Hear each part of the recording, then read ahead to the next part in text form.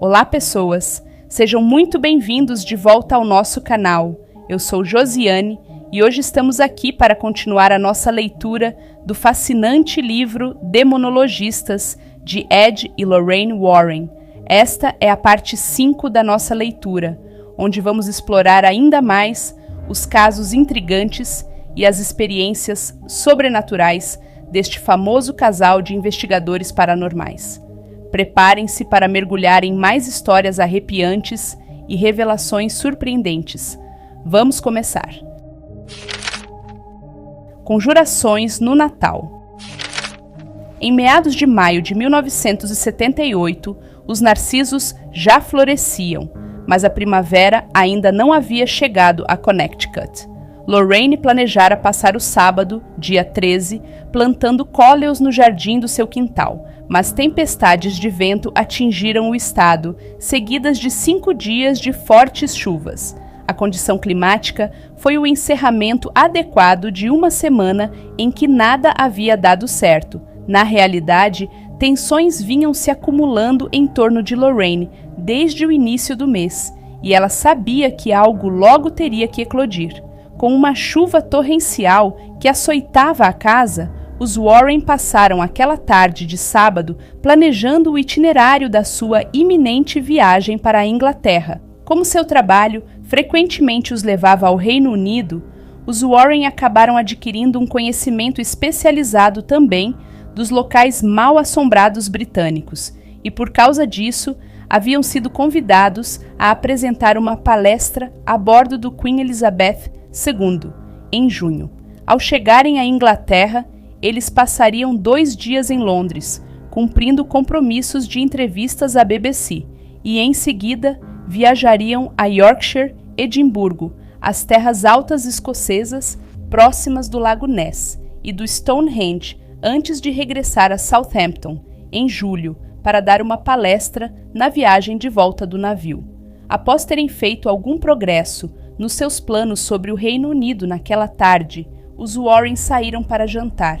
Retomando pouco depois da meia-noite, Lorraine verificou as ligações registradas na secretária eletrônica. Havia uma mensagem de um amigo de Los Angeles. Em seguida, um telefonema da sua filha Judy, que estava de férias na Virgínia. Depois, a solicitação de um rapaz para marcar um horário com Ed. E, por fim, uma estranha sequência de cliques e zumbidos incomuns, seguida da voz aflita de uma desconhecida. Espero que consigam me ouvir. Meu nome é Foster, Sra. Sandy Foster. Não sei exatamente o que aconteceu aqui, disse ela, com a voz à beira do descontrole. Mas meus filhos ficaram assustados e foram perseguidos por alguma coisa. Hesitação. Em seguida, e tem alguém ou alguma coisa na casa, lá em cima, no quarto de uma das crianças. Por favor, liguem de volta assim que puderem. Ed e Lorraine ouviram em silêncio, enquanto a mulher angustiada dava seu endereço e número de telefone. Embora já fosse 00:40, Lorraine prontamente tentou retomar a ligação. Quando um caso nos é encaminhado, explica Ed, entramos imediatamente em contato com a pessoa ou a família que está tendo problemas. Se nos parecer necessário entrar no caso, então ofereceremos ajuda. Dizemos à família que não cobramos pelo nosso tempo, mas que precisamos ser reembolsados pelas despesas básicas, como tarifas aéreas, quartos de hotel e assim por diante. Esclarecido isso, agendamos uma visita para acontecer o mais depressa possível. Em geral, já estamos a caminho dentro de 1 ou 2 horas. O telefone da Sra. Foster chamou inúmeras vezes, mas, em seguida, a conexão caiu. Lorraine desligou e discou de novo. Dessa vez, parecia que alguém havia atendido, mas o telefone continuava a chamar. Na terceira tentativa de contatar o número, Lorraine teve o mesmo resultado frustrante. Sem saber o que fazer, Lorraine discou para a operadora de telefonia, que então discou o número e teve exatamente o mesmo problema. Por sua vez, a operadora chamou a supervisora dela, que ouviu a explicação de Lorraine, de que estava tentando retomar a ligação de uma pessoa aflita. Compreensiva e solícita, a supervisora submeteu a linha a diversos procedimentos de testes eletrônicos, mas em vão. Ela admitiu estar intrigada. Não há nada de errado com o telefone receptor. Sua ligação deveria ser completada. Todavia, os Warren não conseguiram contatar a mulher naquela noite. Como bem sabem Ed e Lorraine, o que aconteceu ao telefone dos Foster não era incomum.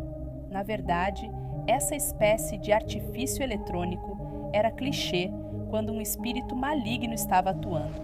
Interferências, obstruções, confusão, táticas para ganhar tempo são rotineiras para um espírito determinado e dotado da habilidade de manipular variáveis físicas e metafísicas.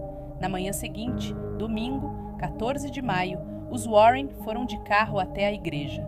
No caminho, um intenso fedor rançoso de excremento espalhou-se pelo veículo. Então, na metade da celebração, o mesmo odor pútrido psiquicamente projetado assaltou os sentidos do casal. Mais uma vez, quando voltavam para casa, no carro, ficaram nauseados devido a um fedor repugnante. Contudo, Ed e Lorraine não o associaram ao caso demoníaco que estavam prestes a investigar naquela tarde. Quando os Warren chegaram da igreja, Lorraine telefonou de imediato para a família Foster. A senhora Foster atendeu ao telefone no segundo toque. Lorraine contou-lhe sobre a dificuldade que teve para entrar em contato na noite anterior. O telefone estava funcionando normalmente, respondeu a mulher, mas não tocou depois da meia-noite. Sei disso porque estava esperando a sua ligação. O problema com o telefone perturbou ainda mais a mulher, e por isso Lorraine marcou um horário para visitar a família naquela tarde. Às 14 horas, os Warren já haviam chegado à residência dos Foster.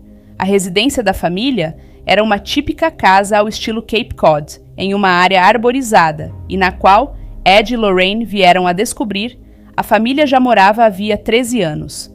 Todos os membros da família estavam presentes naquela tarde. Al Foster, guarda-fios de uma empresa de telefonia, era um homem de 35 anos e aparência jovial. Sua esposa, com quem Lorraine havia falado ao telefone, tinha a mesma idade do marido, mas parecia exaurida e perturbada.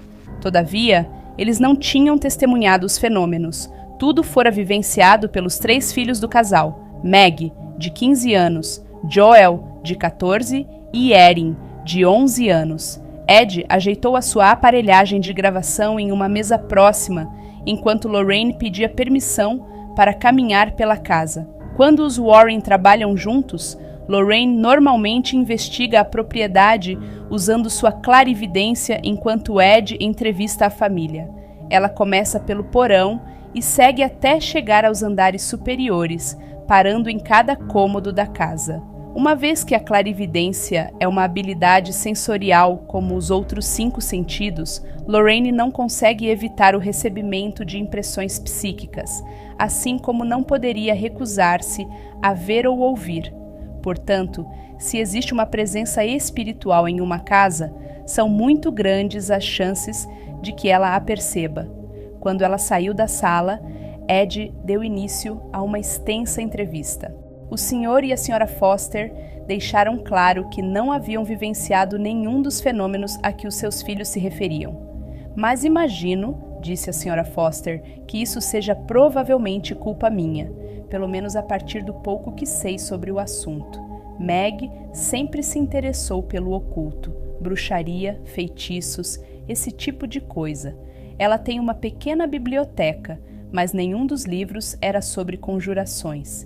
Então, no último Natal, comprei um livro de conjuração de demônios e o dei de presente para ela. Eu sinceramente não imaginei que nada parecido com isso fosse acontecer. Tudo bem, disse Ed, voltando-se para Meg. Onde está o livro? Lá em cima, respondeu a garota. É um livro de capa brochura. Ele explica como conjurar algo como 75 demônios diferentes. Descreve o ritual correto e explica o débito que você tem que pagar se o ritual der certo. E você realizou algum dos rituais? Sim, respondeu ela. Quais demônios você tentou conjurar? Quais? Repetiu ela. Não sei.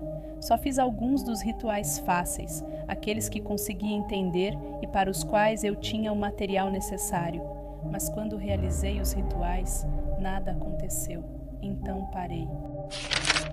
Às vezes, a resposta vem dias, semanas, meses ou até anos mais tarde, informou-lhe Ed. Conte-me o que aconteceu a você essa semana.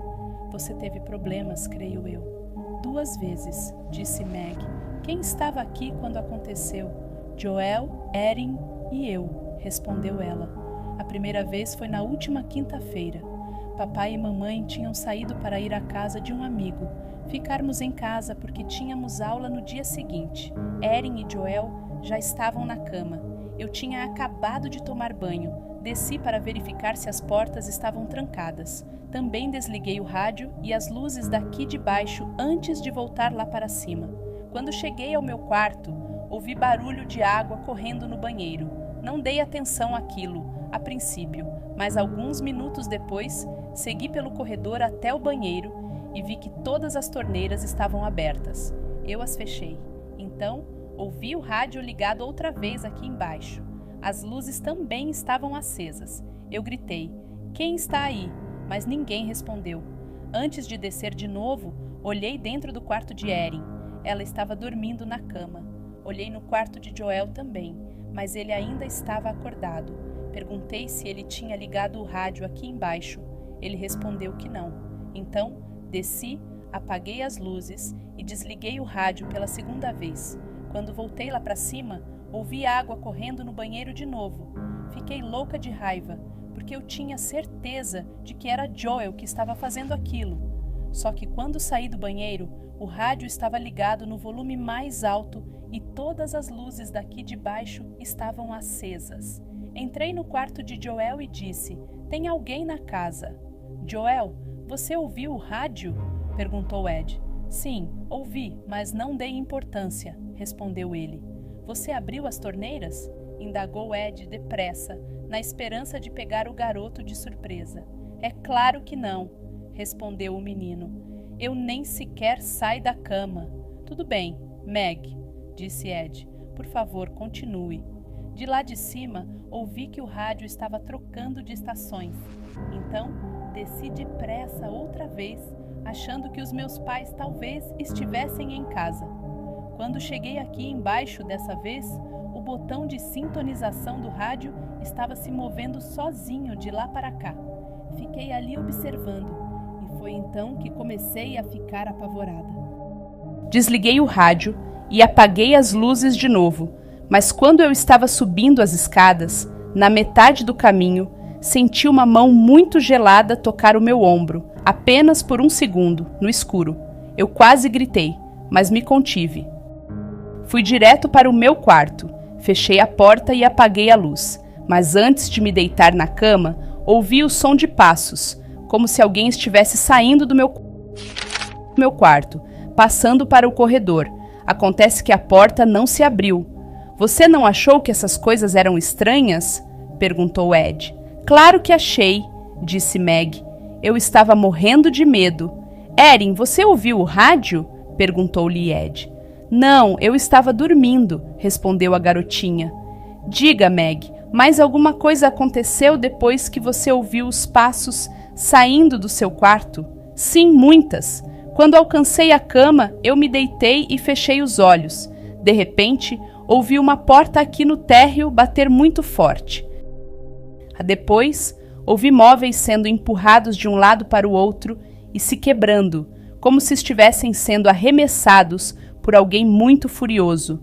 Eu realmente achava que tinha uma pessoa na casa, mas estava apavorada demais para fazer alguma coisa. Então só fiquei ali, de olhos fechados.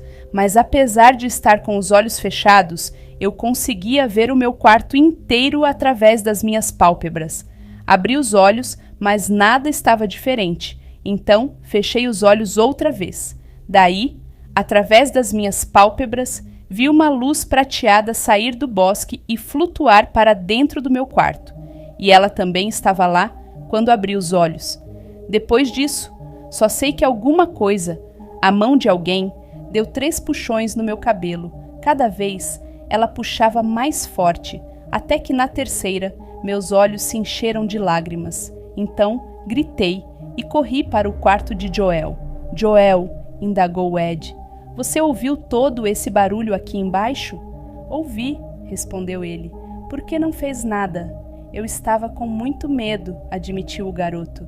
Boa resposta, disse Ed. Erin, você ouviu alguma coisa? Ouvi os móveis sendo jogados, e quando Meg gritou, eu também fui para o quarto de Joel.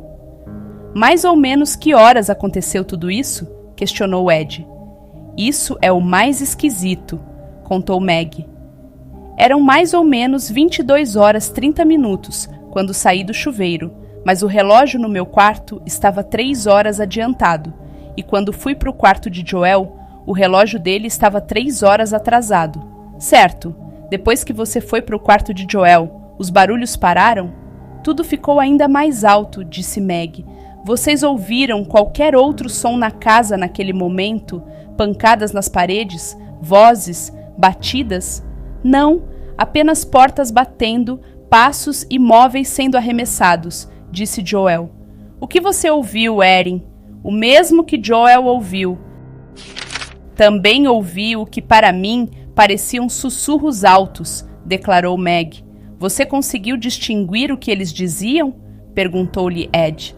Não. E os passos? Prosseguiu Ed. Eles seguiam para algum lugar? Eles andavam em círculos, disse Joel. Meg concordou com um gesto de cabeça. Depois que foram para o quarto de Joel e continuaram ouvindo esses barulhos aqui embaixo, repetiu Ed. O que vocês fizeram? Nós discutimos, respondeu Joel. Meg queria chamar a polícia, mas eu não queria deixar, porque sabia que não tinha ninguém aqui embaixo. Se a polícia viesse, achei que eles poderiam pensar que estávamos pregando uma peça neles. Por fim, ligamos para a mãe e o pai na casa do amigo deles, falou Meg. Mas quando eles chegaram, tudo já tinha parado. Tudo o que eles fizeram foi nos dizer que tínhamos ouvido coisas porque estávamos cansados. Eles não acreditaram na gente. Senhora Foster, perguntou Ed, a senhora já viu ou ouviu alguma coisa estranha nesta casa? Não, como eu disse antes, nunca vi nada. A única coisa estranha que já ouvi aqui é o pássaro canoro. Ela hesitou. Por anos, tivemos um grande pinheiro do lado de fora da janela do nosso quarto. Alguns meses atrás, cortamos a árvore, mas agora, toda noite, nas últimas 3 semanas, Al e eu ouvimos um pássaro canoro cantando do lado de fora da nossa janela, onde a árvore ficava. Al, você também escutou o pássaro? Indagou Ed. Sim, toda noite, respondeu ele. Nunca dei muita importância, mas pássaros não cantam à noite, não é? Não, disse Ed. Normalmente não. Bem, parece que todos vocês já vivenciaram coisas estranhas aqui, resumiu Ed. Acham que esta casa é mal assombrada?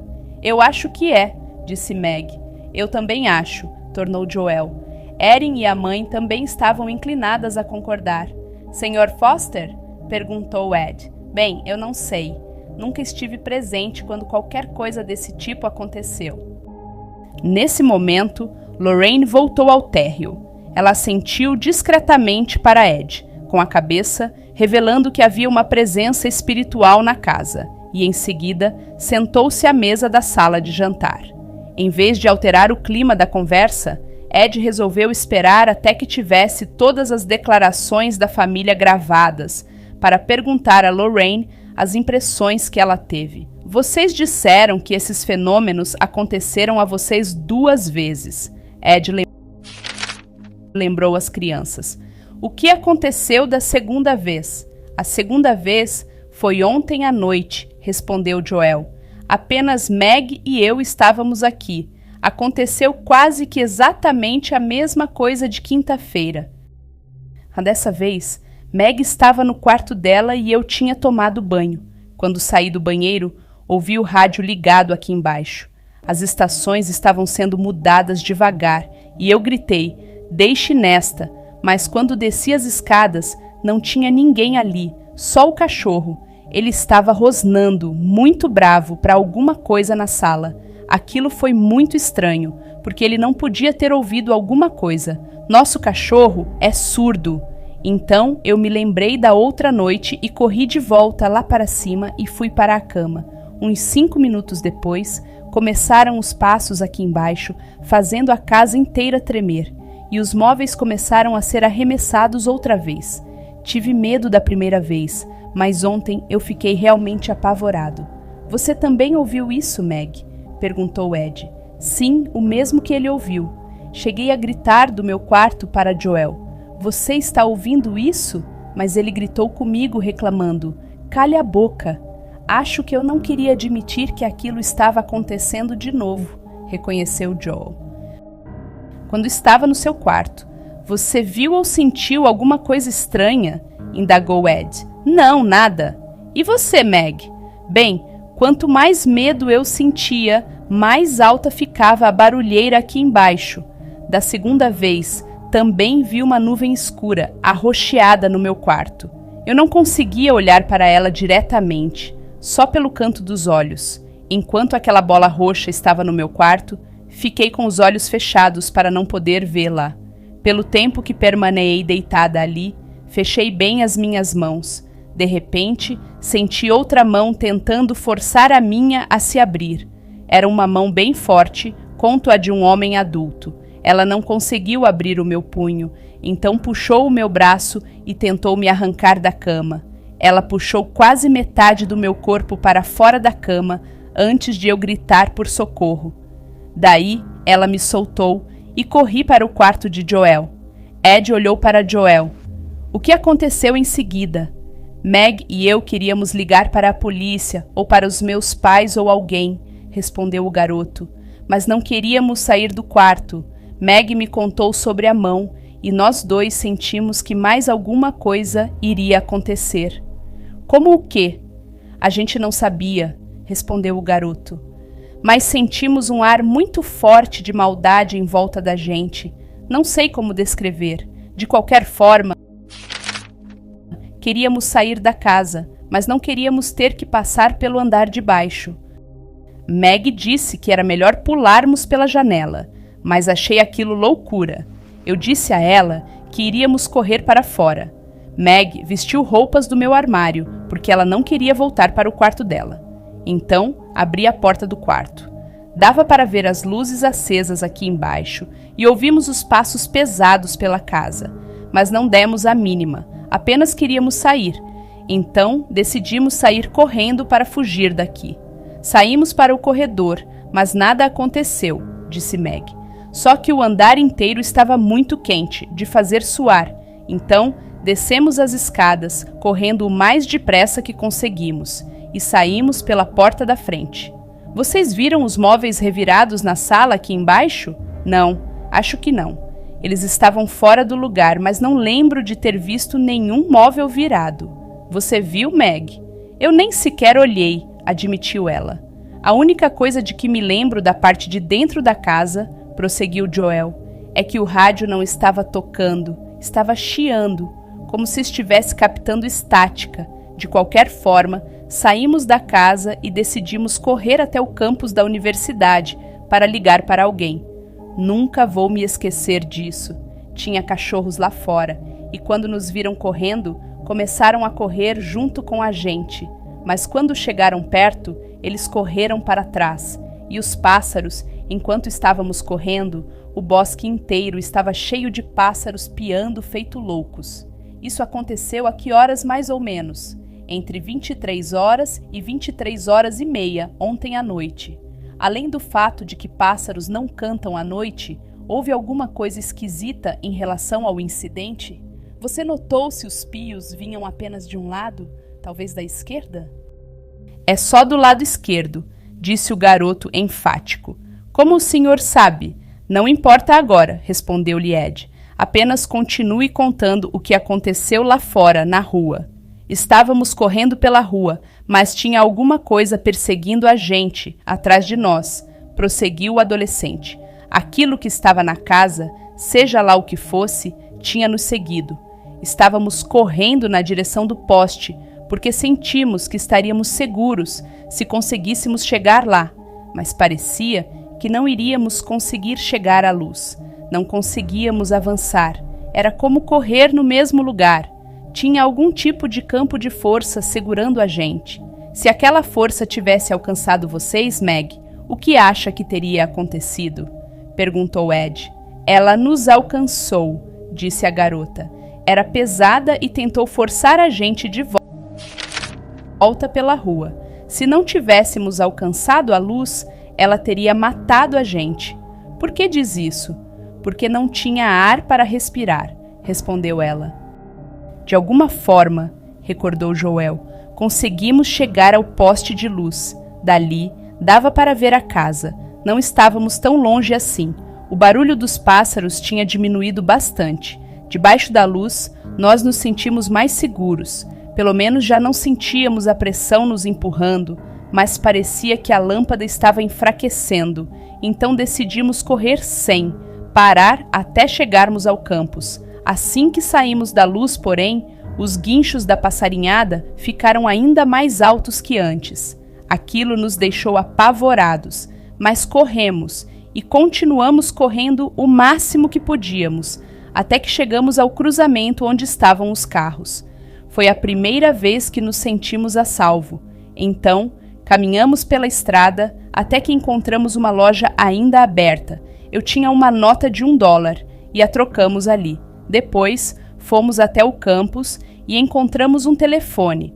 Os pés de Meg estavam cobertos de bolhas, por estar usando meus sapatos. Ela se sentou no vão de uma porta enquanto eu ligava para os nossos pais. Vocês tiveram algum problema para fazer a ligação? Interrompeu Lorraine. Não, senhora, respondeu Joel. Consegui falar com eles e contei o que tinha acontecido, mas eles disseram que estávamos sonhando e que era melhor voltarmos para a cama, respondeu o garoto, um pouco irritado. Eu disse a eles que não estávamos em casa, que estávamos no campus e que não voltaríamos para casa. Enquanto eu estava falando, vi um policial do campus encostar a viatura e começar a conversar com Meg. Mamãe me disse para pedir que ele nos levasse para casa, que eles nos encontrariam lá. Depois disso, não aconteceu mais nada, pelo menos não até agora. O restante da família permanecia sentado, em silêncio, cada um absorvendo aquela história estranha e inacreditável que as crianças haviam relatado. Ed, então, perguntou sobre as impressões de Lorraine. No térreo, informou ela, senti apenas uma camada de vibrações negativas. No entanto, parece realmente haver alguma coisa lá em cima, no quarto de uma das crianças. Não tenho certeza de qual. Quando estive no quarto de Joel, senti uma atmosfera de confusão intensa se abater sobre mim, como se eu estivesse bêbada. Sentimos isso também, disse Meg perplexa.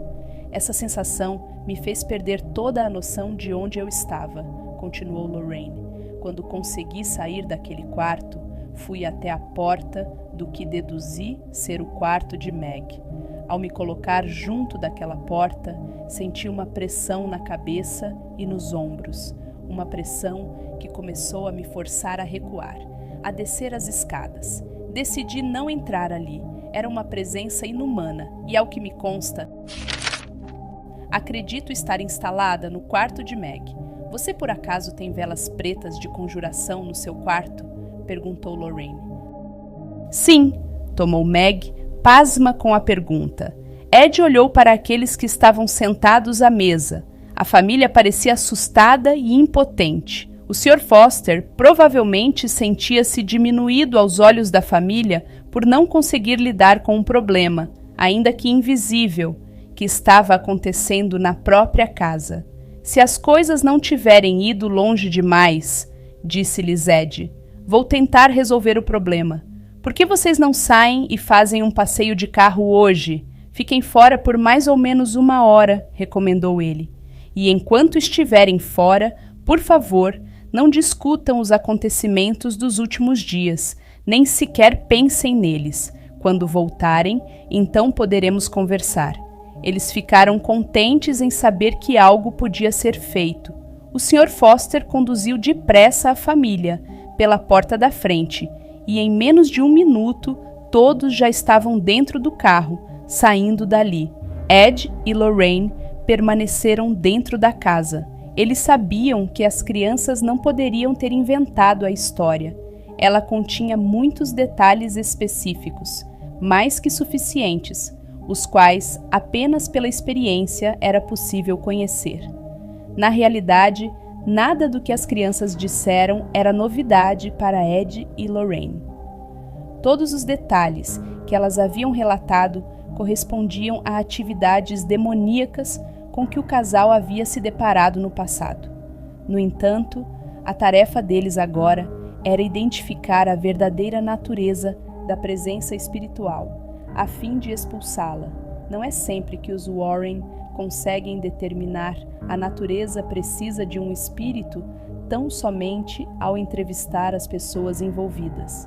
O espírito demoníaco tenta permanecer anônimo, explica Ed, mas no fim das contas, ele não consegue. O espírito deixa sinais indicativos de poder preternatural. Por exemplo, tais espíritos costumam desconsiderar o ambiente físico.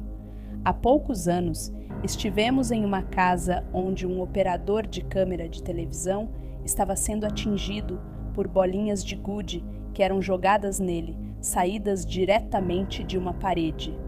Outras vezes, o espírito demoníaco cria objetos a partir do nada. Se sólidas, tais materializações são mornas ao toque, o que indica algum processo de manipulação de energia. Às vezes, as materializações se desmaterializam com a mesma rapidez com que foram criadas. Outras vezes, elas permanecem. Tem uma coleção desses aportes, como são chamados. Tais aportes, ou substâncias teletransportadas, já foram analisados pela ciência. Com certeza, responde Ed. Essas provas físicas são necessárias para documentar a necessidade de um exorcismo. Sempre que essas substâncias se manifestam em um caso, recolho uma amostra e a envio a um laboratório para a identificação dos seus componentes. Os aportes produzidos com maior frequência são urina, bile, vômito, sangue ou excremento. Tais substâncias aparecem porque foram teletransportadas para a residência ou foram sinteticamente compostas pelos espíritos no comando da atividade. Em geral, esses aportes contêm todos os minerais, oligoelementos e aminoácidos encontrados na natureza. Não costuma haver nada de especialmente novo ou misterioso com relação a eles, exceto o modo como apareceram ali. Espíritos demoníacos podem ser capazes de fazer coisas estranhas, mas estão limitados à manipulação do ambiente físico. Ao contrário do que possam pensar nossos amigos satanistas, um diabo não é um deus, diz Ed com ironia. Ele não tem verdadeiros poderes de criação, consegue apenas rearranjar o que já existe. Por que é necessário pedir que a família saia da casa? Se as informações que consigo durante a entrevista são ambíguas, como se não existe nenhum fenômeno visível em curso, responde Ed. Então, para determinar se a presença espiritual é humana ou inumana, preciso recorrer à provocação religiosa. É uma tática perigosa, mas também reveladora. Praticamente qualquer coisa pode acontecer nesse tipo de situação. Por isso, se tenho que provocar o espírito, peço para que todos saiam para almoçar e fico sozinho na casa. Em alguns casos, Lorraine fica comigo, mas o papel dela não vai além do discernimento da natureza do espírito. Não há nada que um clarividente possa fazer contra um espírito demoníaco perverso, embora existam inúmeras formas pelas quais uma entidade negativa pode ferir seriamente um indivíduo sensível. Quando estou sozinho, uso a provocação porque não sou médium. Preciso provocar atividade que eu possa perceber com meus 5 sentidos, como outra pessoa qualquer. Sempre levo comigo uma relíquia do Padre Pio para proteção. Quanto mais poder religioso eu agrego, maior é a probabilidade de que ele seja provocado a responder. Sabendo o que serei obrigado a enfrentar, muitas vezes eu me sentiria mais confortável carregando uma chave de roda e um revólver. Porém, não se pode matar uma coisa que existe desde o início dos tempos. Entretanto, quando estou sozinho ali, tudo na casa fica imóvel e silencioso. Nada parece estar errado. Se a perturbação está localizada em um local, então primeiro vou até essa área. Se a família me disse que não há um local específico, então apenas vou de cômodo em cômodo, até que alguma coisa aconteça. Caso o responsável pelo problema seja um fantasma, ele normalmente se mostrará a mim enquanto eu estiver percorrendo a residência. Ele sabe que a brincadeira acabou e um fantasma definitivamente não quer se desentender com Deus. Mas, se for um espírito demoníaco que jurou odiar a Deus e é repelido pelos objetos religiosos, então, mais cedo ou mais tarde, as coisas vão começar a acontecer. A temperatura dentro da casa cairá até que o lugar fique gelado, ou aumentará a níveis intoleráveis de calor. Vai surgir um fedor de carne apodrecida ou qualquer outro odor repugnante. Posso ouvir alguma coisa explodir, uma voz ameaçadora, diferente de qualquer voz humana que você já ouviu, ordenará que eu saia. Pode ser que eu ouça passos, projetados telepaticamente, correndo escada acima. Isso é uma manobra para me fazer seguir o barulho, de modo a talvez ficar encurralado em algum cômodo. Mãos invisíveis podem rabiscar alguma obscenidade nas paredes, bem diante dos meus olhos. Outras vezes, nada disso vai acontecer, e então, quando eu menos esperar, o espírito trairá a própria presença e começará a se manifestar às claras. E por que esse processo de provocação religiosa funciona? É por minha causa? Não. Funciona porque o espírito demoníaco odeia qualquer menção ao nome de Deus ou o uso de objetos religiosos. Tal entidade está tão mergulhada em culpa, ódio e ciúme que a provocação religiosa chega a ser de fato dolorosa para ela. Na residência dos Foster, os Warren trabalharam juntos.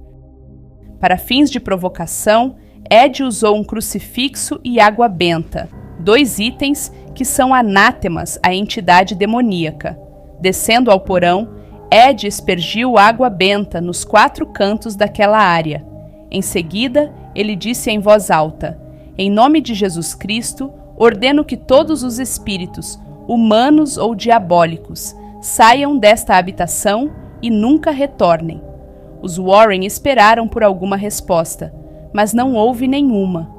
Por que Ed tem permissão de usar água benta se ele não é um sacerdote? Não é uma questão de ter permissão, diz Ed. As pessoas têm permissão de usar água benta na própria casa. A diferença é que a água que uso no meu trabalho foi abençoada por certos padres específicos, que são exorcistas. Essa água é dotada de um poder positivo muito real. Não é a água em si que importa, mas a piedade que ela representa. Eu apenas uso a água, não a abençoo. No piso térreo, Ed repetiu o mesmo procedimento em cada um dos cômodos. O processo, conhecido pelo exorcista como esconjuro, exige que o espírito infestador se manifeste, se estiver presente, embora. Tendo esconjurado o porão e todos os cômodos do piso térreo sem incidentes, os Warren estavam prontos para começar a trabalhar no andar de cima, onde sabiam que dificuldades estavam à espreita. Contudo, enquanto se preparavam para agir, um terror pavoroso tomou-os de assalto. Para eles, essa emoção telepaticamente projetada, experimentada de forma simultânea por ambos, era uma indicação da clara de uma presença demoníaca inumana. O espírito demoníaco, diz Ed, projeta terror do mesmo modo que uma cascavel usa seu chocalho, como um alerta. Um cheiro úmido de mofo ergueu-se na sala. De repente, eles perceberam um lampejo de movimento no alto das escadas. Em seguida, uma porta fechou-se com uma batida. O som praticamente os tirou do chão. Os Warren pensaram 2 vezes antes de ir adiante. Eles sabiam que qualquer erro de avaliação da parte deles poderia resultar em um contragolpe de terror que talvez durasse anos. Como costuma ocorrer, porém, os Warren decidiram continuar. Eles começaram a subir as escadas para o primeiro andar. No entanto, não importa o quanto tentassem, nem Ed, nem Lorraine conseguiam avançar para além da metade das escadas. Uma força impenetrável e obstinada fazia pressão para que voltassem. Segundo Lorraine, parecia que estávamos andando mergulhados até os ombros em um rio de correnteza rápida e forte. Apesar de muito resistirem, a força exercida contra eles era impossível de vencer. Devagar, os Warren recuaram, descendo as escadas para não serem derrubados de costas. No pé da escada, por um breve instante, soou uma risada diabólica. Irritado, Ed aspergiu mais água benta no local, o que fez com que a pressão diminuísse o suficiente para deixá-los chegar ao topo. O primeiro andar era todo dividido em quartos. Um longo corredor estendia-se ali, no sentido do comprimento da casa. Ed aspergiu o quarto de Erin com água benta e, em seguida, recitou o comando de expulsão, sem incidentes. Esconjurado aquele quarto, o casal seguiu para o de Joel. A porta leve, que estivera aberta antes, agora estava fechada. Ed girou a maçaneta redonda e empurrou a porta com as pontas dos dedos, abrindo-a. Para alívio do casal, o quarto estava vazio. Mais uma vez, Ed realizou o procedimento de esconjuro sem problemas. O quarto de Meg foi a última parada. A porta do quarto da filha mais velha também estava fechada. Os Warren não sabiam o que os aguardava do outro lado. Ed girou a maçaneta da porta, entreabriu-a e depois escancarou-a. Os dois recuaram de forma involuntária. Havia algo no quarto. Mesmo invisível, o espírito projetava uma horrível sensação de infelicidade. Era uma emoção absolutamente comovente, projetada por uma entidade que está condenada à danação eterna. Não obstante, os Warren eram experientes demais para reagir a essa manobra emotiva. Não passava de um subterfúgio, um apelo por comiseração. Em vez disso, com serenidade férrea, Ed entrou no quarto, empunhando a cruz. Embora não se pudesse ver nenhuma presença física, o quarto estava muito gelado. Uma última vez, Ed aspergiu água benta nos 4 cantos do cômodo. Então, em tom de comando, falou: "Em nome de Deus, mostre-se agora, ou vá embora." Fez-se um longo silêncio. "Dê-nos algum sinal da sua partida", disse ele em voz alta, dentro do quarto vazio. "Ou um exorcismo será realizado aqui ainda hoje." Quase que no mesmo instante, a mórbida sensação de infelicidade começou a abandoná-los. Então, a temperatura do cômodo voltou aos poucos ao normal. O feitiço fora quebrado. Inspecionando o quarto, os Warren viram por que o espírito havia adotado aquele cômodo como morada. O quarto de Meg tinha velas pretas de conjuração, vestimentas para a prática de ocultismo e livros que continham todo tipo de rituais profanos. Ed colocou os objetos no cesto de lixo da garota, levou tudo para o corredor e então selou o quarto com a leitura de uma oração de santificação recomendada para a situação. Acabado o trabalho, os Warren desceram outra vez ao piso térreo. Para eles, aquela longa e tensa tarde de domingo não precisava ter sido tão desagradável. Olhando pela janela da sala de estar, Lorraine viu a família Foster sentada no carro, na entrada da garagem. Ela abriu a porta e acenou para que entrassem. "Tudo depende das suas ações futuras", explicou Ed, depois que eles entraram. "Quaisquer melhorias que vocês possam ter pensado em fazer nas suas vidas devem ser feitas agora.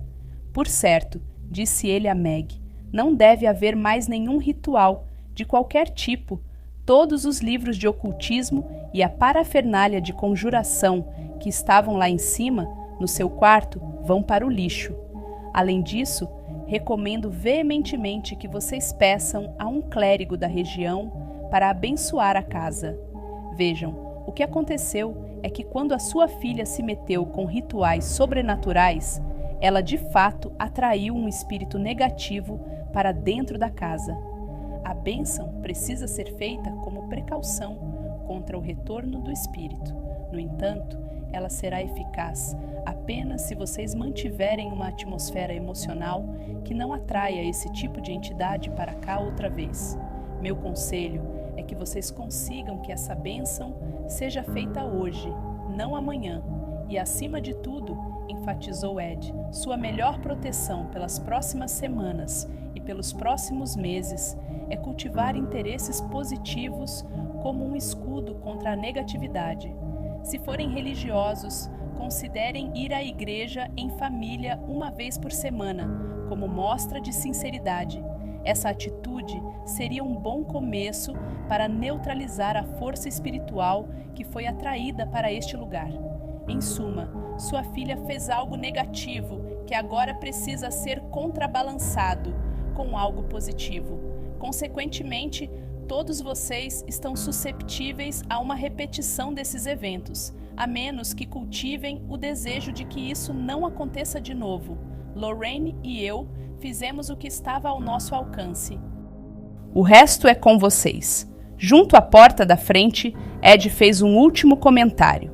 A propósito, o espírito nessa casa está dormente, alertou ele, mas não foi embora. Nesse momento, os óculos de grau de Lorraine elevaram-se da sua mão à vista de todos, giraram uma vez no ar e, então, despencaram no chão, quebrando a lente esquerda. Os Foster observaram atônitos, embora mal compreendessem o que havia ocorrido naquela residência. Eles foram tão somente vítimas que haviam tratado o sobrenatural como um brinquedo, quando, na realidade, eles que tinham servido de brinquedo ao sobrenatural. De origem sobrenatural. De todos os objetos de conversação comuns e familiares que são abordados quando as pessoas estão reunidas, de todas as coisas remotas da natureza e apartadas dos sentidos, não há nada tão à mão, tão inusitado, que o tema dos espíritos, e se o que dizem sobre eles é verdade, é o assunto que as pessoas discutem com maior facilidade e no qual mais se demoram, por causa da abundância de exemplos, além de ser prazenteiro e agradável, e a discussão será menos tediosa que se pode encontrar. Pierre Leloyer, 1586. Alguns dos primeiros livros, já impressos em língua inglesa, tratavam da temática dos espíritos e da demonologia. Os espíritos não eram um fato menos cotidiano no século XVI do que o são hoje. Ocorriam a mesma ruína e o mesmo terror, e um cenário igualmente violento repetia-se. Nos tempos bíblicos, Jesus falava sobre fantasmas, espíritos, demônios e possessão com conhecimento de causa. Na realidade, observa Ed, o próprio Cristo mostrou-se ao menos uma dúzia de vezes na forma de aparição aos seus seguidores, antes da ressurreição. Recuando ainda mais na história, parece que a questão dos espíritos tem preocupado a humanidade desde o início da civilização. Ainda nos tempos da Grécia Antiga, escritores viam toda essa atividade maligna como algo mais ominoso que a ocasional manifestação de um espectro negro no meio da noite. Mesmo naquela época, os antigos consideravam-no um espírito, uma entidade com um propósito negativo, e atribuíram-lhe o nome daemon, com o significado de espírito perverso ou impuro. Hoje, documentos sobre a existência de fenômenos envolvendo espíritos presos à Terra estão disponíveis na maioria dos grandes centros ou em bibliotecas universitárias, graças ao trabalho realizado por respeitáveis organizações de pesquisa psíquica ao longo do último século. Contudo, informações corretas sobre o espírito demoníaco ainda são difíceis de encontrar, como sempre foram. O assunto é envolto em sigilo.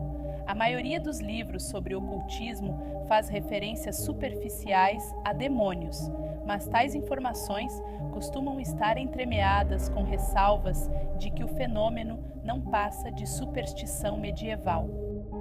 Cientistas descartam completamente a hipótese da existência de espíritos.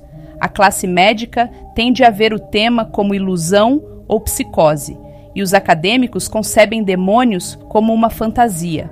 Apenas a classe religiosa dá crédito à noção do demoníaco na alta teologia, e então o assunto, de repente, torna-se bastante real.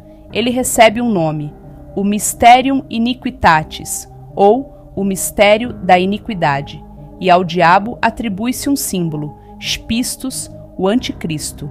A melhor forma de alcançar alguma compreensão sobre o assunto seria consultar os especialistas, mas ninguém simplesmente entra em uma igreja ou sinagoga e pede para falar com um demonologista. Não há tantos deles assim, seus nomes são confidenciais e eles estão obrigados a relatar as suas experiências tão somente aos seus superiores. Nem mesmo Ed Warren dirá tudo a respeito desses horrendos espíritos das trevas que vêm no meio da noite trazendo mensagens e proclamações de blasfêmia.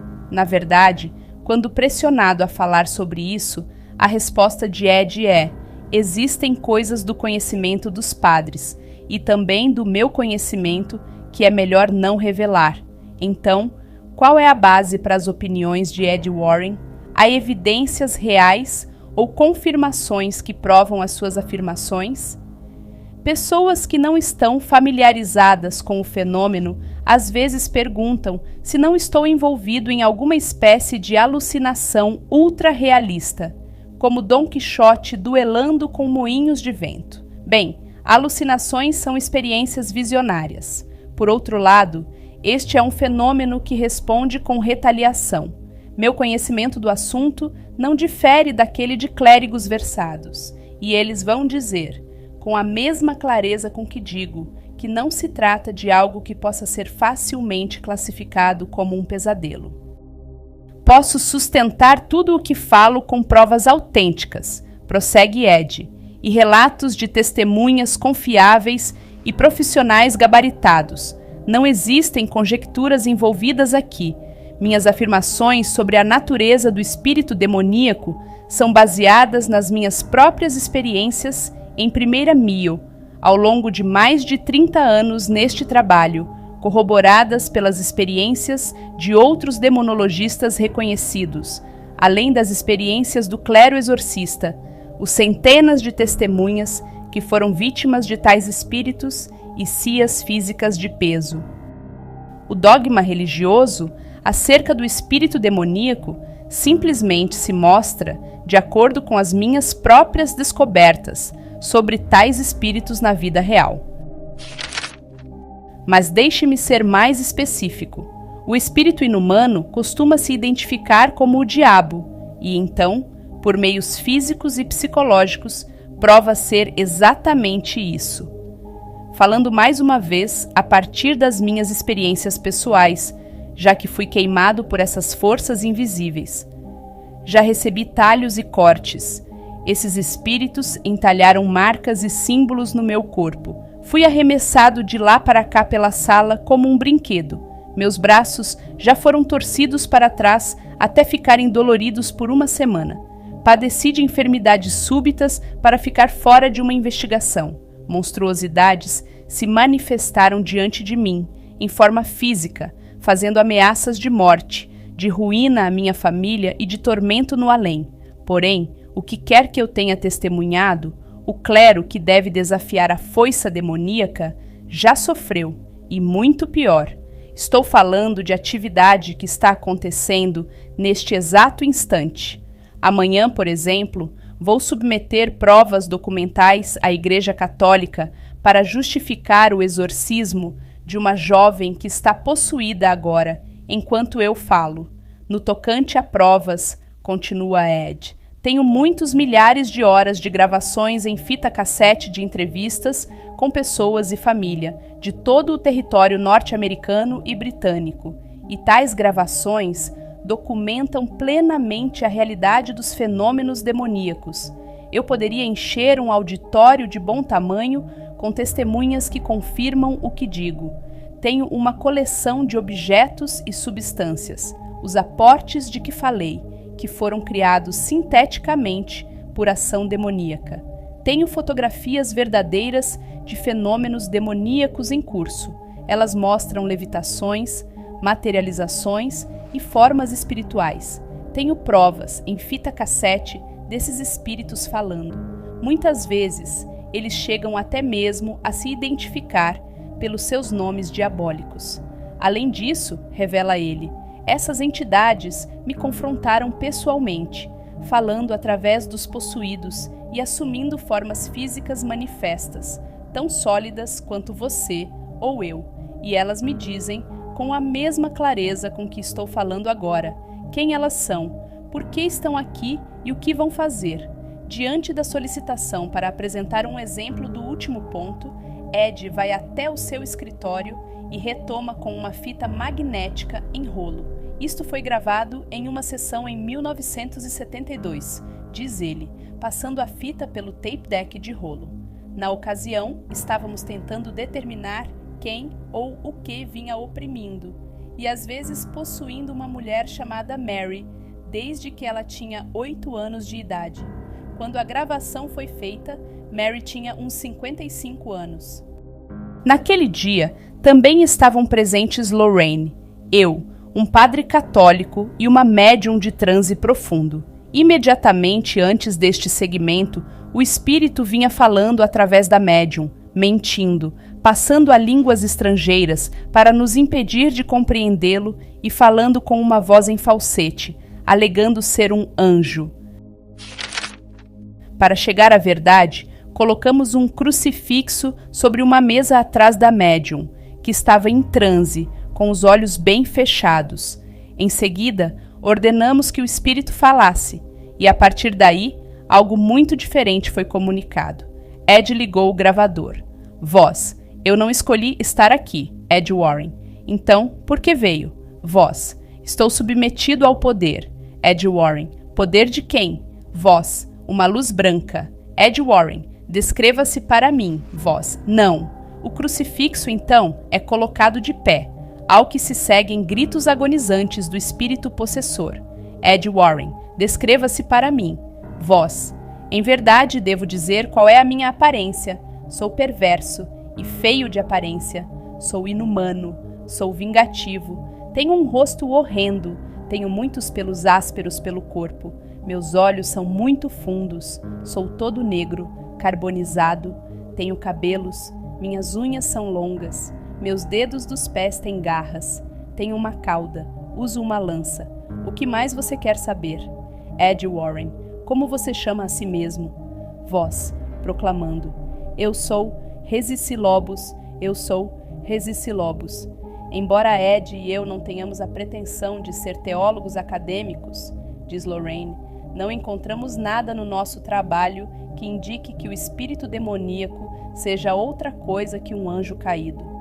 O comportamento rotineiro do espírito, os seus poderes metafísicos e a sua violenta reação a objetos sagrados certamente corrobora tal conclusão. Na verdade, eu me atreveria a dizer que transcrições de exorcismos provariam que o espírito demoníaco é o proverbial anjo caído. Não se encontra qualquer outra justificativa para a existência desse espírito além do que é sugerido nas Escrituras.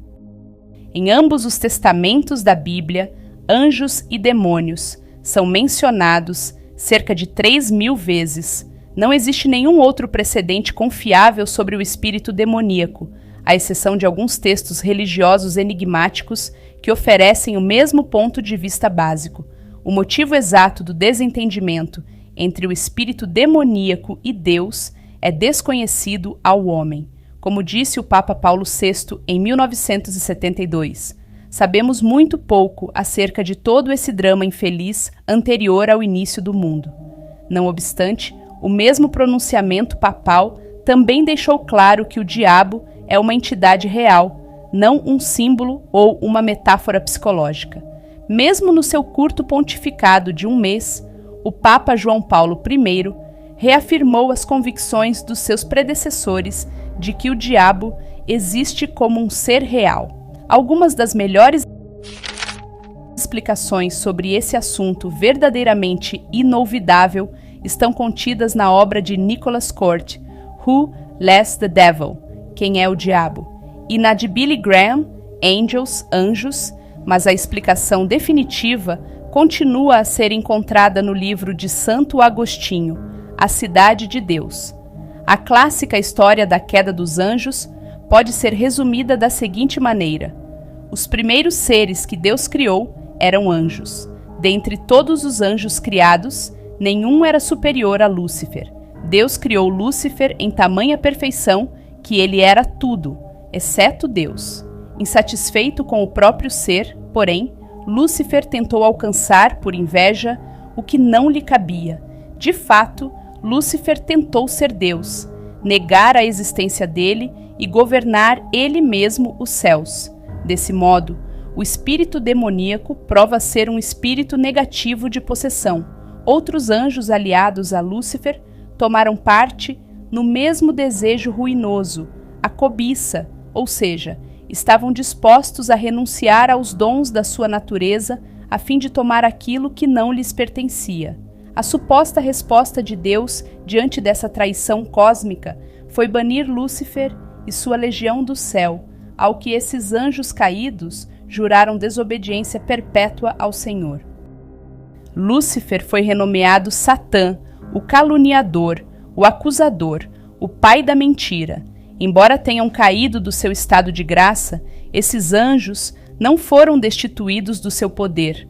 Ao contrário, conservaram todos os poderes preternaturais, para além da terra, que lhes foram dados na criação.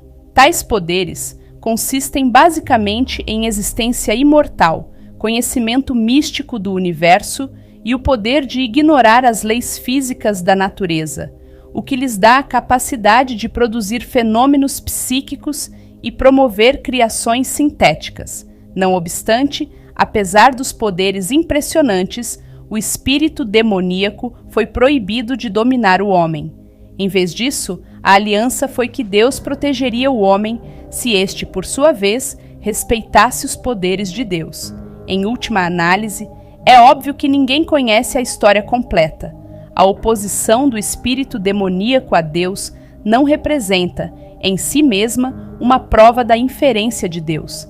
É apenas por inferência que consideramos que Deus existe, diante das palavras e ações de ódio desses seres sobrenaturais blasfemadores.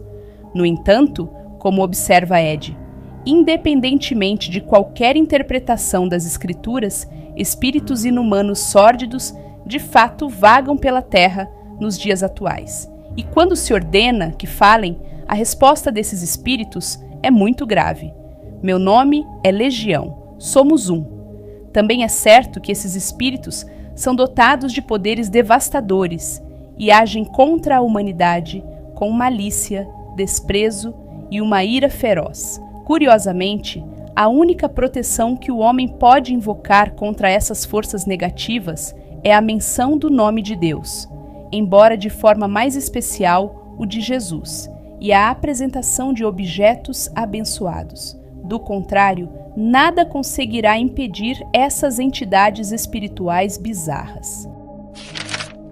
Ainda assim, se a atividade é tão ostensiva, por que os cientistas não chegaram a conclusões semelhantes com relação aos fenômenos espirituais inumanos? Cientistas são pessoas, responde Ed, e alguns cientistas e investigadores de fenômenos psíquicos já viram o que está acontecendo e hoje o compreendem.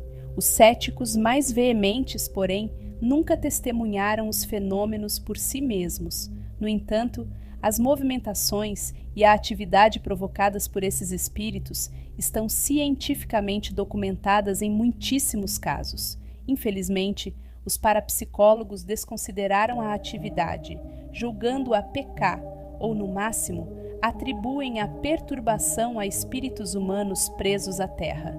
No entanto, mesmo isso é incorreto. Como ele mesmo admite, o espírito inumano nunca foi um escravo de Deus em forma humana. Ele se orgulha disso. Na realidade, relatos e evidências fornecidos pelos principais envolvidos e por testemunhas confiáveis, sessões gravadas com os possuídos, transcrições de exorcismos, 2000 anos de registros da Igreja, tudo isso mostra que eles são nada além do que se conhece que eles sejam desde o início. Espíritos diabólicos inumanos, tomados pelo ódio e dotados da sabedoria maléfica para usá-lo. Espíritos cuja existência se estende por todas as eras, alimentando um ódio violento por Deus e prometendo a ruína do homem. No entanto, a maior parte do ódio deles é dirigida a Deus, e apenas raramente um homem testemunha toda a intensidade da sua fúria. Quanto ao fenômeno em si, prossegue ele, uma dúzia de investigadores pode examinar uma residência infestada por forças demoníacas e não encontrar nada, e isso porque, em geral, o investigador científico está pescando sem anzol. O cientista, abordando o problema com o seu cronômetro e o seu papel tornassol, não representa nenhuma ameaça à entidade infestadora. Com certeza, a entidade não revelará sua presença de forma voluntária. Mas, entre ali com um objeto religioso e o espírito inumano, responderá ao desafio. Devo me apressar a dizer, porém, que não recomendo, em absoluto, que nenhum investigador ou pesquisador de fenômenos psíquicos realize tal procedimento. A provocação é um procedimento distintamente religioso, não científico. Ela exige preparação especial antes de ser sequer tentada, ou os resultados podem ser desastrosos. Digo isso como um aviso antecipado àqueles que possam tentar. Por mais dedicado que seja um investigador, chega um ponto em que ele deve parar, aceitar o impasse e ir para casa. Não existe essa coisa de vitória neste trabalho. O objetivo final é o exorcismo, o banimento da força negativa.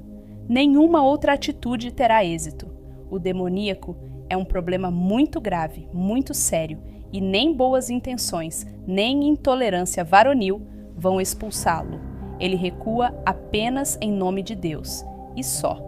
Provavelmente, o aspecto mais perturbador dos fenômenos demoníacos seja que, por trás de todo o terror e caos, há uma inteligência ardilosa e calculista. Tenha em mente, ainda, que não se trata de uma coisa morta, ressalta Ed. Trata-se de uma inteligência negativa e ativa, que é anterior ao homem na evolução cósmica. Ela tem mais conhecimento que nós, porque é mais antiga que nós. Veja-a como uma poderosa inteligência negativa completamente perdida no seu ódio por Deus. Ao fazer isso, você começará a compor o quadro do que é realmente o espírito demoníaco. Talvez nenhum objeto ilustre de maneira mais vivida a sabedoria maligna do espírito demoníaco que o antiquíssimo espelho de conjuração de 1,5 metro que pende da parede próxima ao escritório de Ed. Não se pode deixar de notar os ornamentos da sua moldura esculpida, mas ele é qualquer coisa, menos um estimado objeto de arte. Em vez disso, o espelho está sob o olhar vigilante de Ed Warren, porque é um objeto profano. Hoje em dia, explica Ed, a única familiaridade real que as pessoas têm com a magia de espelhos deriva da rima de Branca de Neve. Espelho, espelho meu, existe alguém mais bela do que eu? Mas, no passado, bruxas e feiticeiros usavam espelhos para prever e manipular eventos futuros por meio de magia. Não ilusão, mas magia genuína, a verdadeira manipulação da natureza e dos acontecimentos. Aquele espelho, ornamentado ao lado da minha porta, veio da residência de um vingativo homem de 55 anos, da Pensilvânia, chamado Steven Zellner, que o usava para praticar um ritual medieval pouco conhecido, a que chamamos speculum, ou magia de espelho. Agora, a magia, como a bruxaria, pode ser usada para produzir tanto efeitos bons quanto ruins. Esse homem usava o espelho como instrumento de magia negra. Primeiro, ele realizou um longo ritual de encantamento ou recitou uma longa fórmula de conjuração, convidando o mundo espiritual para ajudá-lo a manipular o futuro. Feito o encantamento, ele então direcionava o olhar para o espelho, usando-o quase da mesma forma que se usa uma bola de cristal, como ponto de concentração. Quando o usou pela primeira vez, Steven viu muito pouco no espelho, nada além da movimentação de formas borradas ou pequenos incidentes rápidos que não significavam nada para ele.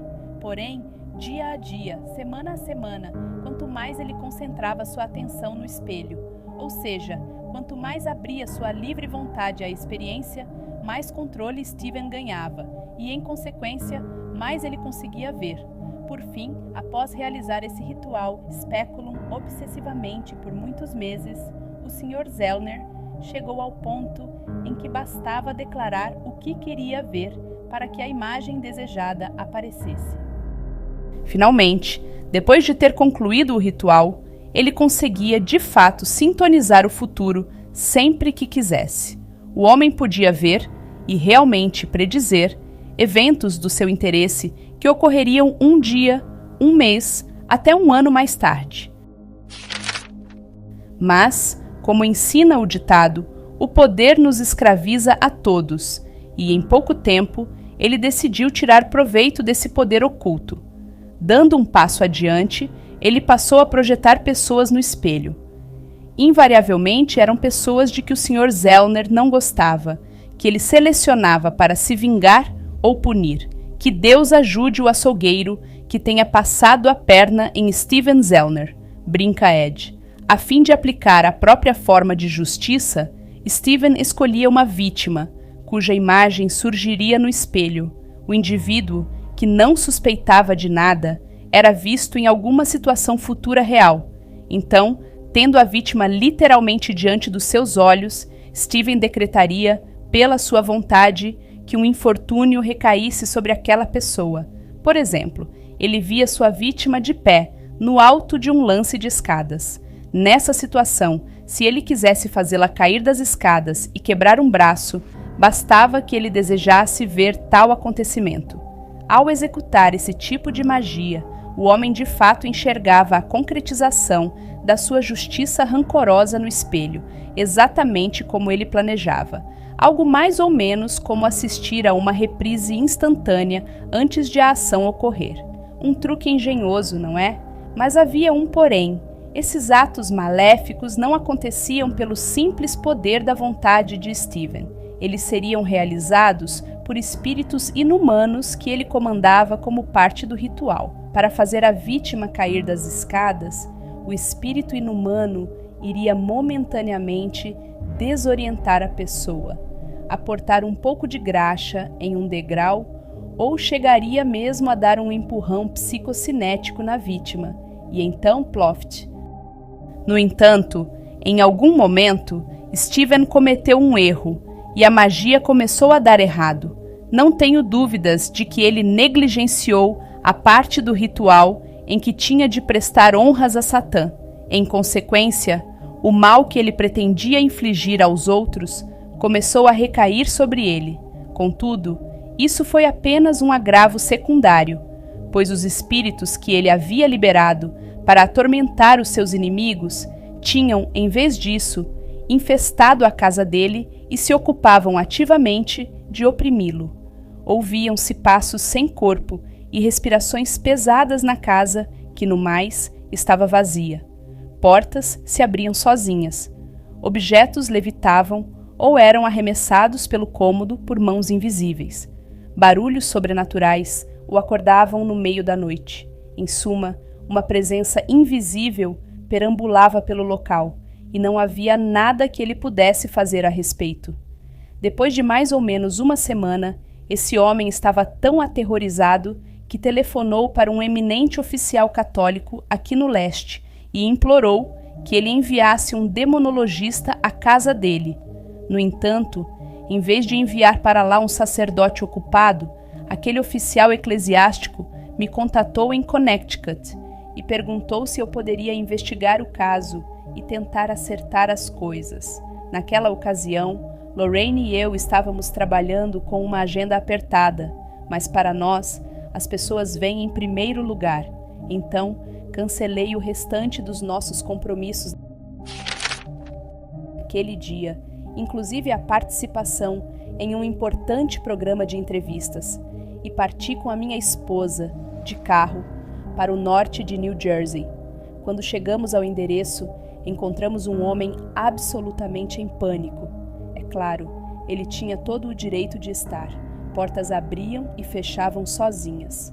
Objetos voavam aqui e ali pela casa inteira. A cada minuto, alguma coisa colidia e se espatifava, ou ricocheteava em uma parede, acertava o chão e se estraçalhava, uma verdadeira balbúrdia. A certa altura, durante a tarde, até o meu carro acabou envolvido. Mais ou menos 1 hora depois de chegarmos lá, os carros na rua começaram a buzinar. Ao olhar pela janela, vi o nosso carro atravessado no meio da via, bloqueando ambas as faixas de tráfego. Quando chegamos, estacionei o carro na entrada da garagem do Sr. Zellner, puxei o freio de mão e tranquei as portas. Mesmo assim, alguém na rua disse ter visto o Caim descer de ré, sozinho. Quando saí para pegá-lo, é claro, as portas do carro ainda estavam trancadas e o freio de mão estava puxado. De qualquer forma, continua Ed, era evidente que eu terá que fazer alguma coisa ainda naquela tarde para interromper a perturbação. Em uma situação como essa, a melhor solução é apunhalar o diabo com a própria força, por assim dizer. Portanto, o que eu precisava fazer era reverter o ritual que Steven havia realizado. Eu o fiz, correndo considerável risco, mas isso colocou um fim imediato na atividade e também anulou qualquer malefício futuro que o homem tivesse projetado, porque o ritual reverso obrigava o espírito demoníaco a realizar o malefício pela sua própria conta e responsabilidade, ou então fazer cessar totalmente a opressão. Naquela tarde, ao terminarmos o trabalho, o Sr. Zellner quis saber se poderíamos levar o espelho de conjuração conosco quando fôssemos embora. Eu disse, claro. Assim, ao menos eu sabia que não precisaria voltar ao mesmo caso pela segunda vez. Então, coloquei o espelho no porta-malas do carro e Lorraine e eu partimos de volta para casa, pouco antes de escurecer. Quando eu era jovem e inexperiente em relação aos perigos deste trabalho, diz Ed, busquei a orientação de pessoas bastante versadas, que muito tempo atrás já haviam aprendido os segredos mais profundos deste mundo. Àquela época, um homem extremamente sábio me disse, Ed, eu jamais entraria em casas para confrontar o tipo de entidades que você confronta, qualquer que fosse o motivo, e em especial quando se trata do demoníaco. Uma vez que você cruza o limiar e entra no mundo das trevas, você passa a viver para sempre em perigo, e também aqueles a quem você ama. Goste ou não, você será único e solitário entre os homens. Nunca se esqueça, as forças diabólicas que você desafia são astutas, pois, ao contrário de qualquer mortal, elas possuem a sabedoria e o conhecimento das eras. Fazia um frio terrível naquela noite. As ruas tinham placas de gelo, então seguimos devagar.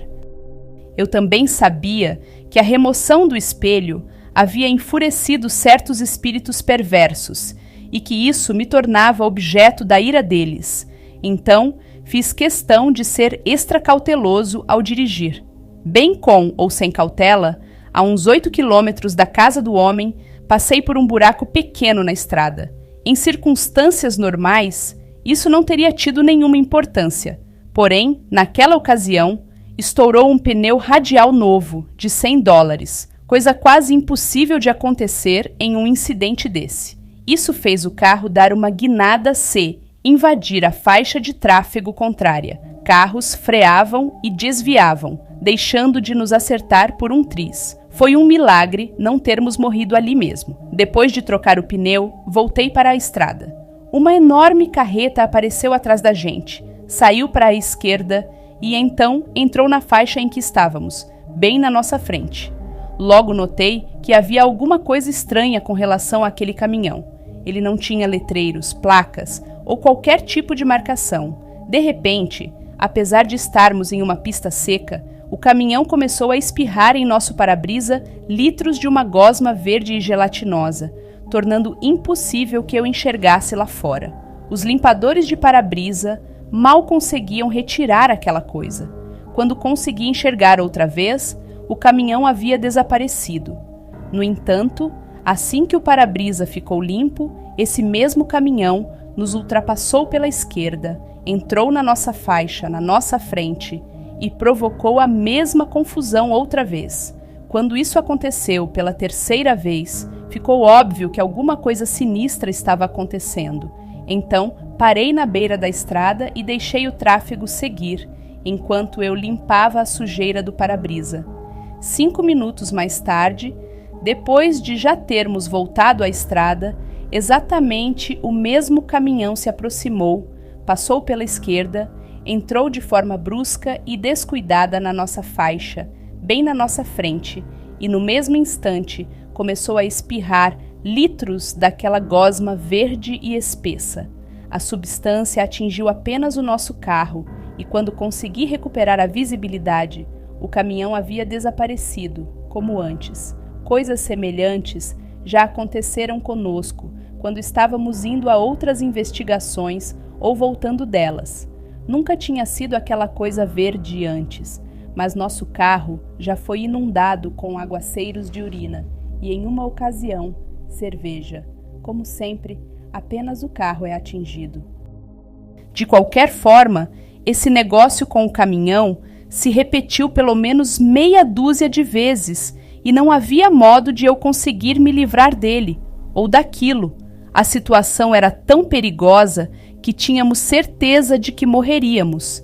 Enfim, consegui sair da estrada na primeira oportunidade e peguei uma rodovia secundária que levava até Connecticut. Tudo correu bem por mais ou menos 1 hora depois daquilo. Prossegue Ed. Quase não havia tráfego naquela estrada secundária, então nos sentimos bastante seguros. Mas, de repente, no meu espelho retrovisor interno, notei um carro atrás de nós que se aproximava a uma velocidade tremenda. Já estava escuro àquela altura, mas aquele veículo não tinha nenhum farol aceso. A única coisa que eu conseguia distinguir era um par de luzes de presença fracas. Em uma fração de segundo, o carro nos alcançou, jogou para a faixa de ultrapassagem e seguiu a toda velocidade pela estrada. Era um carro preto azeviche e juro que o motorista não nos atingiu por um triz. Lorraine, olhando para o carro que disparava adiante, disse que era como se o próprio diabo tivesse acabado de passar. Bem, pode ser, eu disse a ela, porque o maldito idiota quase nos matou. O cara era maluco, dirigindo àquela velocidade, à noite, em uma estrada coberta de gelo e nenhum farol aceso. Continuei no meu curso enquanto esse cara seguia rasgando pela estrada à nossa frente. Ao longe, eu o vi passar sobre uma ponte suspensa de uma única faixa e começar a subir uma colina. A única coisa que conseguia ver daquele carro preto eram as luzes de presença traseiras, e fiquei feliz por me livrar dele. Porém, quando ele chegou ao alto da colina, mais ou menos 1,5 quilômetro à frente, eu o vi frear, girar o carro na direção contrária e descer a colina em grande velocidade. Uma sensação horrorosa, de náusea, tomou conta de mim. Eu conseguia pensar apenas que sofreríamos um terrível acidente. Agora, eu já havia entrado naquela estreita ponte suspensa, mas no tempo em que eu havia percorrido não mais de 1/3 dela, aquele maluco já tinha descido a colina a toda velocidade e estava entrando na outra extremidade da ponte. O que é isso? Lembro que disse a mim mesmo: esse cara está em algum tipo de viagem para a morte? Com aquele carro avançando em alta velocidade na nossa direção, não havia possibilidade de dar marcha a ré e deixá-lo passar. Ao contrário, se ele não parasse imediatamente, nós bateríamos de frente. Mas ele continuava avançando. A ponte formava um arco como um cavalete sobre uma ravina. Se eu virasse para a esquerda ou para a direita, nós teríamos mergulhado no vale e morrido, com certeza. Quando meus faróis iluminaram a grade do radiador daquele carro, gritei para Lorraine se abaixar no assoalho, porque na certa, ali vinha aquele maníaco já no meio da ponte, correndo direto na nossa direção. Ele estava a 145 km/h, eu estava a 65 km/h. Àquela altura, mesmo que nós dois tentássemos parar, a inércia ainda levaria os carros a uma colisão. Era uma situação sem saída. Mesmo assim, eu tinha que fazer alguma coisa. Restando 5 segundos para batermos, minha vida se reduziu a uma pergunta simples: devo desviar ou seguir em frente? No último instante, algo me disse: continue em frente. Já não havia tempo.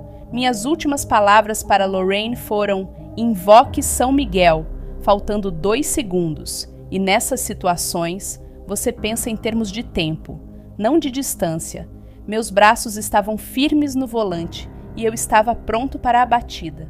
1 segundo antes da colisão, inspirei uma última vez. Então, bem no instante do impacto, SCS era um carro fantasma. Lorraine tinha razão. Autores religiosos sempre chamaram o espírito demoníaco de gênio maléfico, uma referência velada à estratégia premeditada que pode ser discernida quando o espírito demoníaco é responsável por perturbações em uma casa. Portanto, em uma investigação, é principalmente essa inteligência, uma força racional ativa por trás dos fenômenos, que o demonologista busca. Em virtude da natureza extraordinária do trabalho de Ed e Lorraine Warren, a estratégia do espírito demoníaco costuma também envolver a ambos. Na verdade, ela chega a ter início antes que o casal receba uma solicitação para entrar em uma investigação ou se segue a um telefonema com um pedido de ajuda. Ed explica um recente ato de vandalismo que ocorreu no seu escritório. Isso acontece umas 2 vezes por ano, em geral depois do pôr do sol. Da última vez, porém, aconteceu em plena luz do dia. Lorraine e eu estávamos na cozinha, depois do almoço. Primeiro, o telefone tocou. Lorraine atendeu, mas como não havia ninguém na linha, ela desligou. Mais ou menos 1 minuto depois, o telefone tocou outra vez. No entanto, em vez dos toques intermitentes normais, o som era contínuo. Quando Lorraine atendeu, um rosnado gutural e animalesco se fez ouvir na linha. Ela ficou perturbada e me passou o telefone, e também ouviu o rosnado. Assim que desligamos, nosso pastor alemão começou a latir ferozmente lá fora. Nesse momento, começou o que, pelo barulho, parecia ser uma briga violenta no meu escritório. Dava para ouvir móveis sendo arremessados, e o som de objetos colidindo e quebrando prosseguiu pelo menos por uns 10 minutos. A tendência da maioria das pessoas teria sido correr até lá para descobrir o que estava acontecendo, é claro. Mas você não gostaria de ter visto o que estava havendo lá embaixo. 1 hora mais tarde, entramos no escritório. Ele estava completamente devastado. Quadros haviam sido arrancados das paredes. Arquivos estavam revirados e vazios. Livros, papéis, cadeiras, abajures, mesas, tudo havia sido jogado em uma pilha no centro da sala. Sabemos, por experiência, que aquilo não era obra de seres humanos.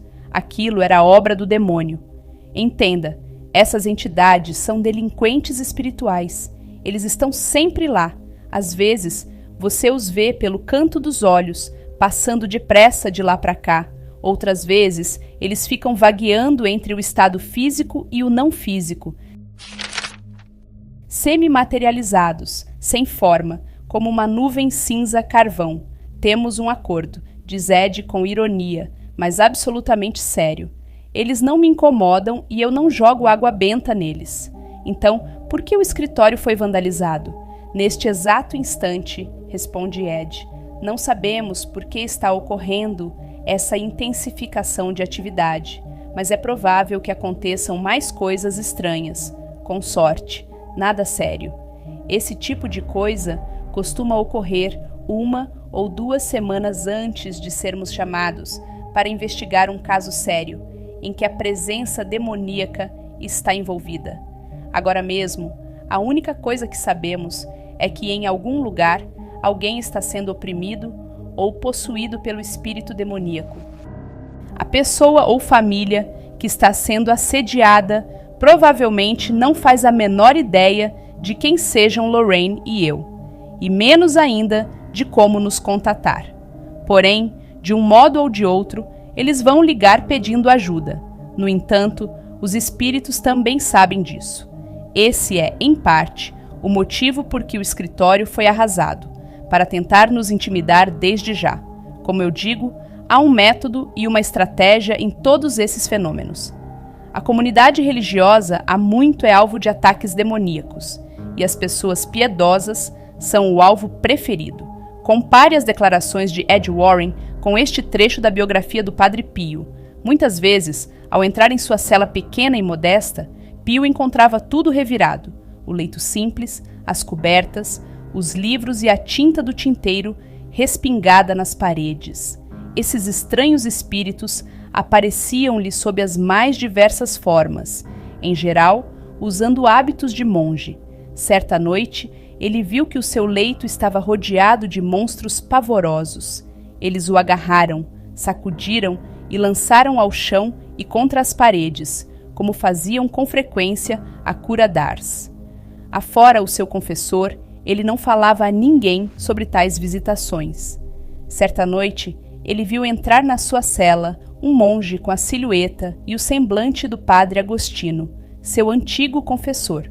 O falso monge aconselhou-o e exortou-o a desistir da vida de ascetismo e privações, afirmando que Deus não poderia aprovar o modo de vida dele.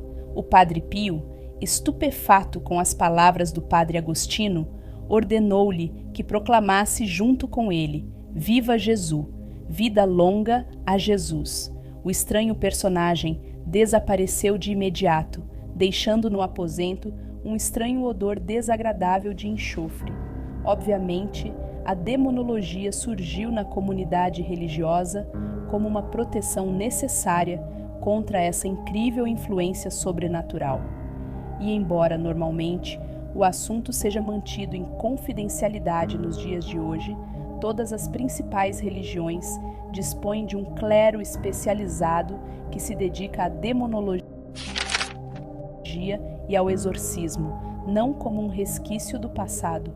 O Padre Pio faleceu em 1968, mas como uma necessidade contemporânea real. Para os católicos, a demonologia é um tema importante o suficiente para ser ensinado ao clero nas universidades pontificais de Roma. A comunidade religiosa preferiria não ter que lidar com o problema dos fenômenos demoníacos, diz Ed. Ela apenas o faz porque tem que fazer. Enquanto disciplina, a demonologia abrange o estudo de filosofia, teologia, psicologia, tanto normal quanto anormal, antropologia, química, biologia, física e metafísica. Uma abordagem assim tão ampla permite que o clérigo demonologista determine, quando outros pesquisadores não o conseguem, se fenômenos incomuns são, em última análise, de origem sobrenatural. Tais julgamentos são sérios. A vida de pessoas costuma estar em jogo. Além de conhecimento, o demonologista ou exorcista precisa ser dotado de força interior inabalável e estar completamente no comando em situações de pandemônio irrestrito e violento. Uma pessoa que entrasse em uma situação de plena atividade demoníaca sem autocontrole, observa Ed, enlouqueceria em 5 minutos. Os fenômenos o atacam através de todos os seus 5 sentidos. Ao mesmo tempo, Eles se aproveitam da sua psicologia pessoal. Se você apenas vacilar, você fraqueja, e se fraqueja, cai nas garras de uma força especializada em atormentar os inocentes, os ignorantes e os caídos. E o que é pior, acrescenta Ed de forma espantosa, esses espíritos conhecem a sua vida inteira, passado, presente e, em certa medida, futuro. Na verdade, quando estou trabalhando com pessoas possuídas, a primeira coisa que a entidade possessora normalmente me diz é: Ed Warren, eu sei quem você é. Embora Ed não seja clérigo, ele realiza grande parte do trabalho do clero nessa área. Viagens, investigações de longa duração, análise de dados, discernimento de forças espirituais, aconselhamento, acompanhamento posterior. As coisas que o clero não tem tempo de fazer. Esse é o meu trabalho e mais, diz Ed. Ser um demonologista é algo que não se alardeia, entende? Porque a própria palavra tende logo a deixar as pessoas paralisadas. Também não há motivo para alarmar as pessoas, em especial se estiverem de fato envolvidas em uma situação de atividade demoníaca e não saibam. Qualquer um que já tenha testemunhado os fenômenos ignóbeis e profanos provocados por espíritos inumanos malignos, sabe que um demonologista arrisca a vida sempre que entra em uma casa para confrontar as forças da escuridão. Não obstante, esse trabalho precisa ser feito. Do contrário, indivíduos que inadvertidamente caiam na armadilha do demônio acabarão vendo-se vulneráveis e sozinhos na presença de poderes que são impiedosos, causadores de terror e violência. E com isso, a estratégia do espírito demoníaco terá apenas começado. Como o Sr. Zellner tão habilmente colocou ao descrever seu problema a Ed Warren, há um ser invisível e de mente perturbada na minha casa, causando devastação e tentando me subjugar. Embora ele não o soubesse na ocasião, o Sr. Zellner não apenas identificou o problema, como definiu a estratégia básica da força demoníaca em uma mesma afirmação. Padre John Nicola, Diabolical Possession and Exorcism, Possessão Diabólica e Exorcismo, Rockford 3, Tan, 1974. Padre Pio, The Stigmatist, Padre Pio, o Estigmatizado, pelo Reverendo Charles Carty, 10 Books, 1953.